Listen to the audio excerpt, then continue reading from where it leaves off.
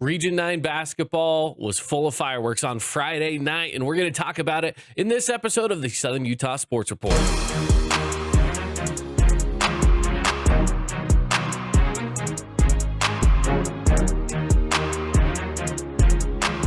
Welcome on in, everybody. It's the Southern Utah Sports Report podcast for you with the Fan Sports Network. My name is Caden Formaster, host of the show. I appreciate you joining us here today on a Monday, and Merry Christmas to everybody as well. So for those of you that are just tuning in, we are, of course, a podcast for Southern Utah Sports. That's why it's called the Southern Utah Sports Report.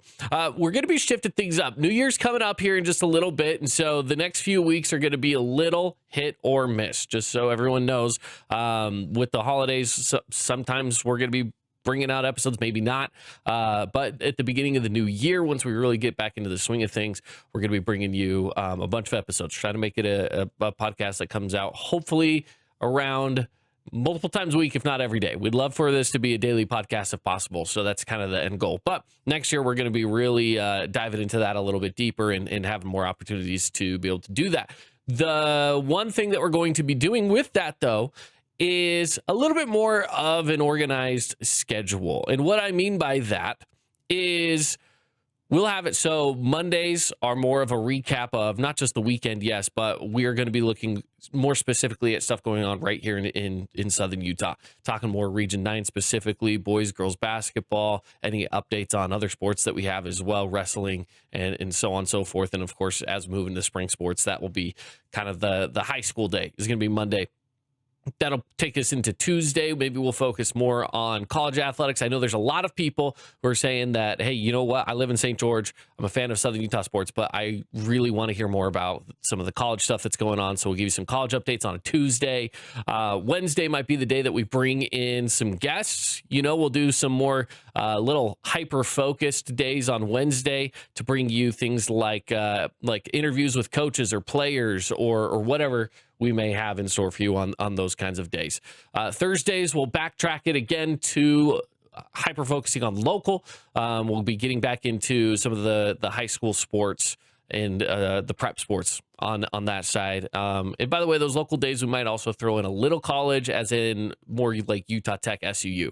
On the actual college days, we will expand it out potentially to include more BYU, Utah, and that kind of stuff as well. So, and then Friday is going to be kind of a catch-all day, but we'll focus a lot more on the pros. We'll give some quick updates, of course, on some of the more local stuff, but we'll talk some pro stuff on those days because we do have a lot of fans of our professional sports that are around the area. We'll talk more Utah Jazz, Utah Mammoth, Vegas Golden Knights, for example, and we would talk Raiders, but it's just that kind of a season for the Raiders. We might dabble in some Raider conversation here and there, but yeah, just kind of bringing you those teams that are a little closer to home on a Friday in the professional world before we get on into the weekends. And so, yeah, we'll have a few days updating you on the local stuff with high school stuff, then college stuff and pro stuff, trying to keep it all separated because not everybody wants to watch just the high school stuff. Not everybody wants to watch the pro stuff. I'm trying to make it so that if you want to sit down to watch an episode, you can watch from start to finish and have it be relevant to what you want to see. So that's kind of the plan with the Southern Utah Sports Report for the new year. That's going to be coming up, obviously, on the other side of the holidays right now, where we've got kind of Christmas on a weird day on a Thursday. It makes it so kind of Wednesday, Thursday, Friday is tough. We don't have a lot going on, especially through this stretch of the sports season anyway. As far as high school is concerned, we're not really covering a ton of high school athletics ourselves with the Fan Sports Network until the new year anyway. College-wise, we've got like Utah Tech playing tonight. They'll play next week against SU. Those will be big games. We might do some episodes on that kind of stuff. And then they'll play again on the 1st on New Year's Day. And that's going to be on the road at Abilene Christian. But so we might talk some Utah Tech, some SEU, that kind of stuff, especially since Utah Tech and SEU are head-to-head on a Monday. So expect some conversations on that front as well. So that's how things are shaping up. But for today, since it is a Monday, we are going to talk a lot of Region 9 basketball. So that's where we begin talking Region 9. Let's dive on into it. So first up, let's take a look here. This is the slated stuff we're talking about first. First up, we're going to talk about that Pineview versus Hurricane game. Then we'll go Dixie versus Crimson, Snow Canyon versus Desert Hills, and Cedar Canyon View. So let's take a look here at some of the scores from Friday night. Again, first up, we've got Dixie, Crimson Cliffs, Pineview Hurricane, Snow Canyon, Desert Hills, Cedar Canyon View. I said we get to Pineview Hurricane first. I know it's second on the list here, but this was probably the best game that I've seen all season. I shouldn't say probably. This was the best game I've seen all season long, and it was an overtime thriller. So if you missed this, you can obviously go back to the Fan Sports Network. We broadcast this game over on our website on thefansportsnetwork.com or on our YouTube channel. But this game went into overtime.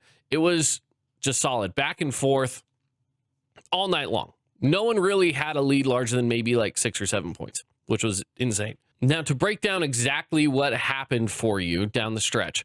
So Pineview Hurricane, again, back and forth all game long. Ultimately, though, in the final few minutes of regulation, of course, yes, they end up tied. A few different guys were hitting big shots all night long, especially later in the fourth. Cooper Ranson, for example, on the Pineview side, was insane, right? He was carrying a lot of what the Panthers were doing in the scoring aspect of the game, as well as Nate Tueller. He had a fantastic overtime and fourth quarter as well. On the Hurricane Tiger side, it was Asher Blair and Brigham Kemp. Both really kept things afloat.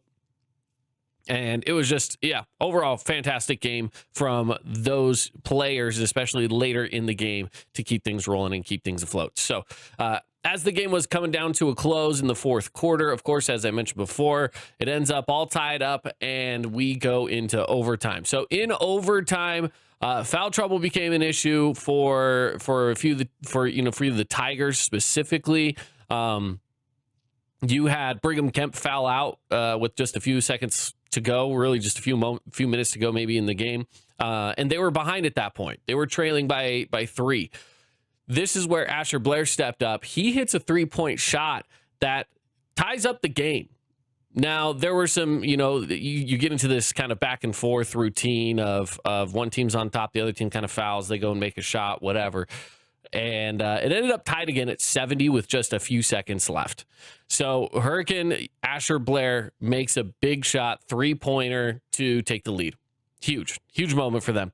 But then on the inbound pass, kind of a mistake was made. There was a foul that was called, sending Cooper Ranson to the line, and he drained both of those free throws. And then Blair had a chance to really just go ahead and take over this game and win it with a 3-point shot. And it rattled the rim.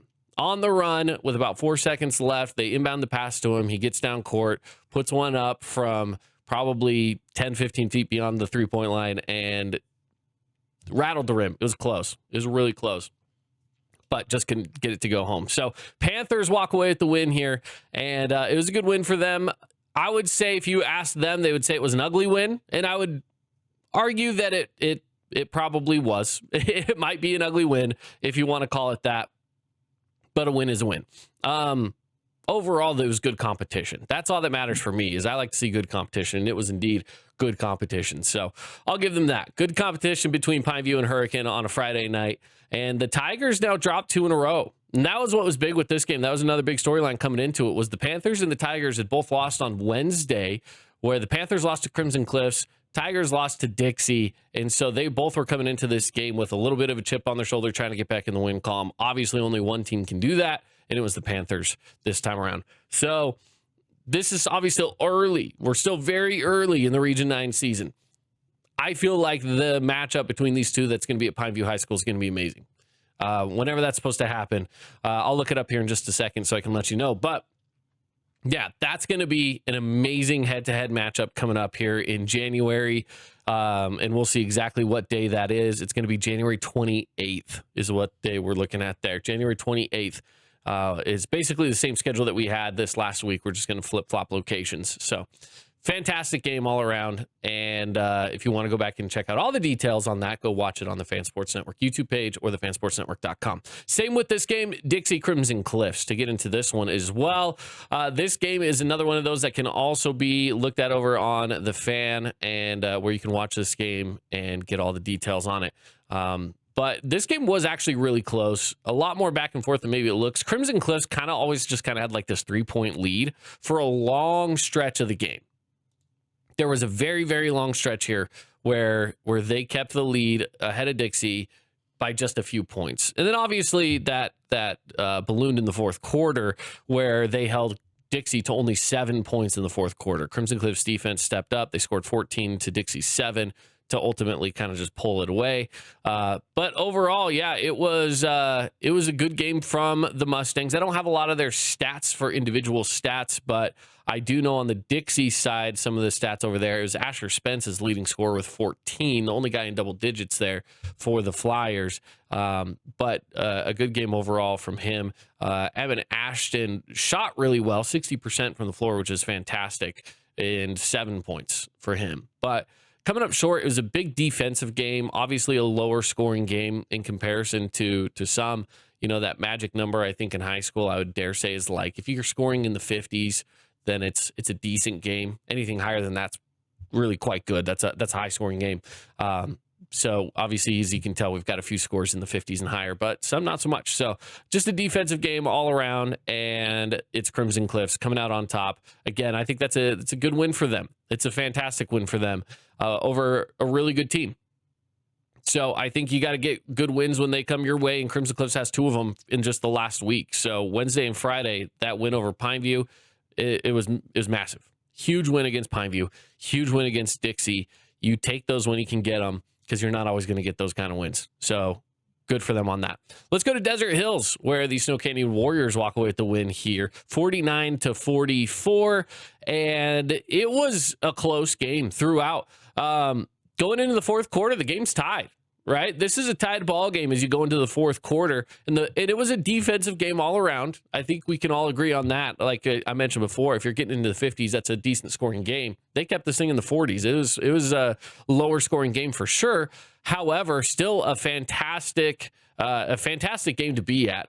Nevertheless, whether you're looking for high scoring or not, it was close. And that's all that mattered, was that it was close, and it came down to it. The final stretch, though, ultimately Snow Canyon would pull away. Reggie Mackey finishing with 20 points. Isaiah Thompson had 9. Jones Warner with 8 for the Warriors to lead scorers there. And yeah, I mean, this is a Warrior team that's gritty. They're tough. They're going to bring it every single night in one way or another. And they brought it against Desert Hills. Desert Hills matched their pace for the majority of this game. Just kind of fell apart right towards the end. So still a fantastic matchup. And I'm excited to see what the rematch is like on January 28th for these two teams at Snow Canyon High School, because this one was good. This one was close. And it was a fantastic night of basketball all the way around the region, which was awesome. Awesome. In non-region play, but a little cross-town rivalry, which we always love to see these cross-town games happen. We had the Cedar Reds and we had the Canyon View Falcons. Cedar had a much easier time in this game than I think anybody had all night long in getting a win, where they had a little bit of a lead, only a 3-point lead going into halftime. So for Cedar, that was pretty low, right? They got a little more in the third quarter. They're going into the third quarter with about a 6-point lead, or excuse me, into the fourth quarter after the third with about a 6-point lead. And then the fourth quarter, they kind of turned on the Jets a little bit more, outscored by 7 in the fourth, ultimately winning 64-51. So who are the key contributors here? Well, Benson Tippett, the senior, with 24 points. Owen Ryan, who is proving to be quite the scorer, and has been a fantastic ball player this season so far with 19 points. Tyroli with 8 for Cedar. So that's how things shaped up for them. And again, overall, just a very good game for the Reds. I think they needed this win. They're 0-3 in the region up to this point, and so this non-region game has really helped them step up and just get a feel for winning. You know, I think after losing 3 straight to Crimson Cliffs, Desert Hills, and Snow Canyon, it was nice to get back on the winning track. They will play South Sevier on December 30th, so we'll see how they do in that game, and then they take on Payson as well in another non-region game coming up in the future. But on the other side, by the way, Jeter Sanders, 26 points for Canyon View. Jack Meyer with 11 to lead scorers there. Jack Meyer with 9 rebounds as well, really close to a double-double for him.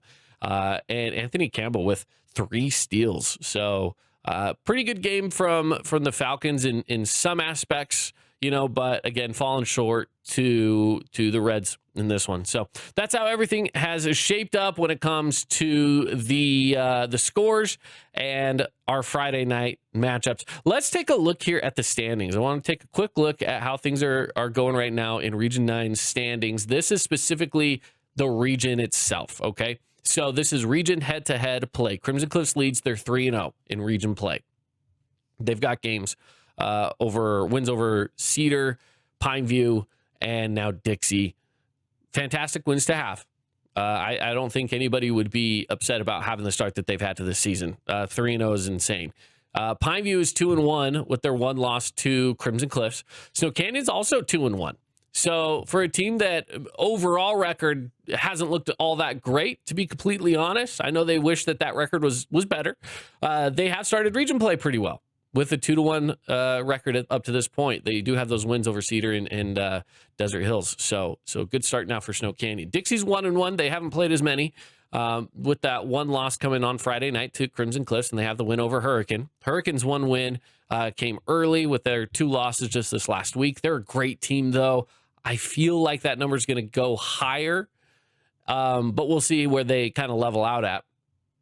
1 and 2 seems low for how good of a team Hurricane actually is. Desert Hills also 1 and 2. They have the 1 win over Cedar, and the Cedar's 0-3, of course. So that's how things are in the actual region standings as far as who's going to take home that region championship. But if we look at the RPI, this is what matters for state basketball. This one's the one that's important. So keep in mind when we all go up to Weber State at the end of the month of February, this is really the one that matters because this is how you get seeded in the playoffs. So let's take a look there. RPI rankings, Pineview's number 1. They have that loss to Crimson Cliffs. Didn't hinder them too much because they have played really well throughout the non-region schedule. And so they are still number 1 in the state of Utah. They got the target on their back right now. That doesn't mean, though, that Region 9 is going away because we have, as you can see, 5 teams in the top 5, which is insane. So Crimson Cliffs comes in at number 3, which is a great spot for them. Dixie's number 4, Hurricane 5. And we've got Snow Canyon at 11, Desert Hills at 15, and Cedar at 21. So that's how it's all shaping up right now when it comes to the RPI. If you're wondering who's in that number 2 spot, that is Provo. Now, if you remember correctly, Provo is a team that got taken down by Pineview and by Dixie, I believe. Let me double check that I'm not mistaken here, but Pineview took them down 63 to 76. 76 for Pineview, 63 for Provo. And so they have the win there. Plus, looking at Provo's schedule here, they do have 3 losses with one of those coming to Dixie as well, as I mentioned before, 61 to 59. And their other loss went to Bountiful. They lost 3 games in a row, all at the Coach Walker Classic. And so their little trip down to Southern Utah was horrible for them. Is that going to be telling for what the playoffs is going to show? That is a big question I think a lot of people might have because Provo's a good team. Is Provo going to look at all of the St. George schools and say, watch out for those guys? Because they should, as should the rest of the state of Utah, arguably, because Provo came down here and lost 3 times, 2 of which were to Southern Utah schools, one of those being to Bountiful, who is, I believe they might be 6A as opposed to 5A. I think they might be a 6A school. Just to double check here, just because I'm curious. I'm not exactly sure whether they're 5A or 6A. But yeah, by the looks of it, they are I want to say that they are a 5A or 6A. I don't know. I don't have the listing here in front of me, but that's not the point. The point is, though, is that Provo's in the mix of it with a lot of Southern Utah teams here. Again, Pineview's number 1, Provo 2, Crimson Cliffs 3, Dixie 4, Hurricane 5. It's going to be a good stretch. It's going to be fun. Pineview's one of Pineview's losses comes to Juan Diego. And Juan Diego's coming in at 6th. So you got to watch out for that. Ridgeline's 7th. Ridgeline had a really good time up north. And they took down teams like Crimson Cliffs, for example. But they are 5-4 to start the season. So watch out for that. Cottonwood at 8, East at 9, Skyview at 10. That's your top 10. And then, of course, Snow Canyon's at 11. But Southern Utah, Region 9 teams, we have taken over the top 5. So taking over the top 5 for boys basketball, that's a very impressive spot to be. It's a great spot. You don't want to give anything up if you can avoid it. And so right now, keeping those top 5 spots is going to be hard because now we're just going to beat up on each other. The good thing is losing to good Southern Utah teams means that it doesn't necessarily hurt you too much in the RPI. You don't want to lose too many, but those wins matter a lot too. So, for example, if Hurricane were to beat Pineview last night, or Friday night, excuse me, yeah, Pineview might take a little bit of a hit, but it would help Hurricane immensely. And it wouldn't be too much of a hit against Hurricane or against Pineview if they would have lost because Hurricane's still a good team. And vice versa. Hurricane's not taking a huge hit with that loss to Pineview. It's more the fact that they've lost twice now that's difficult for them, losing to Dixie and to Pineview. The good thing, though, that they have going for them is they're losing to top 5 teams. It really just finds a way for them to settle in, right? Yeah, you might have more losses, but if they're to good teams, it's not going to hurt you nearly as much. So keep that in mind. That's how things are rolling right now for boys basketball. So just to take a quick look as well, I pulled up the girls RPI just to see how things are rolling there.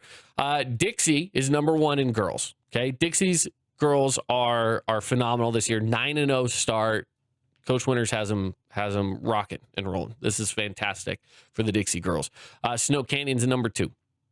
9-3. So they're rolling as well from going to the championship last year. They're keeping it going. They're top 2 team in the state of Utah. Green Canyon is at 3, but Desert Hills is in 4, and Pineview is in 5. So again, you look at the top 5, and we're looking at girls basketball this time around. 4 of the top 5 spots are in the hands of Region 9 teams. I don't know if we've had a better start to a season in both boys and girls basketball, which is so cool. It is so cool to see that we have both boys and girls off to such a hot start that they're just owning the top 5 of the RPI rankings, which is what really matters when it comes down to it in the state playoffs. I love it. I am so excited for all these teams, for both the boys and the girls on either side, and some great things are coming. Some great things are coming. It's so awesome. Again, Dixie off to a 9-0 start for the girls. So they have a little stretch here during the holidays, non-region play. South Sevier, Stansbury, Canyon View. All those are going to be coming up. It's a 3-day test, actually, on the 29th, 30th, and 31st. And then we go into it with region play again on the 6th against Snow Canyon. We'll be diving into that further in the show coming up in a couple of weeks. So stay tuned for that. We'll be diving deeper into girls basketball, which we haven't touched as much, but we need to get into it more since they are really off to such a fun, hot start. And I'm not talking about just Dixie. I'm talking about Region 9, which is awesome. They have been on a tear in girls basketball. So that'll be awesome. We'll get into it. That's coming up in future episodes. Tonight, by the way, Utah Tech is in action against Creighton, which is a powerhouse in college basketball. So boys, or should I say men's, it's college. It's men's basketball tonight against Creighton. 6 o'clock right here on the Fan Sports Network on the radio. 99.5 FM if you are in St. George. 95.3 as well in St. George, depending on where you want to listen. But that game's tonight, 6 o'clock. Should be fun. Utah Tech with a big win over Weber State this weekend as well. So they're rolling, man. I'm excited for the Trailblazers this year. They have gotten off to such a great start, and there's always going to be highs and lows in any season. But I would say that a high was winning 82-80 over Weber State on the 20th. Creighton tonight. That's obviously going to be very tough. Creighton's always good. It's Creighton. It's Big East basketball, and that's just how it goes. Okay, they're a good school, especially when it comes to basketball. They don't have football to worry about in their program. So for men's hoops, it's all about basketball. Over at Creighton, I will say they have gotten off to a slower start, but they have some good wins under their belt. So they have a win over number 16 Iowa State. They did lose to Gonzaga. They lost to Baylor. They lost to Iowa State the next time around. Beat teams like Oregon, lost to Nebraska, lost to Kansas State, beat Xavier, beat Marquette. And so they've got Utah Tech on the schedule. in Omaha. It's going to be tough. I'll just be honest with you. It's going to be very, very tough for Utah Tech to come out of this one with a win. I'll call it as I see it. It's Creighton. But, hey, you know what? Tough competition just breeds better basketball for the future when you're playing against other competition. So yeah, you're okay with it. You're okay with it. That's coming up tonight, 6 o'clock on the Fan Sports Network. So tune in for that if you are listening on the radio, which is going to be a lot of fun. All right. Wrapping it up. Let's put a bow on it. It's Christmas season. We're putting bows on everything nowadays. Let's put a bow on it and wrap it up here. Thank you for joining me here on the Southern Utah Sports Report. We will be back with more. Again, the holiday season might be a little dicey, but we'll be back with more as time goes on, bringing you updates on everything going on in Southern Utah sports. So until next time, everybody, have a good one.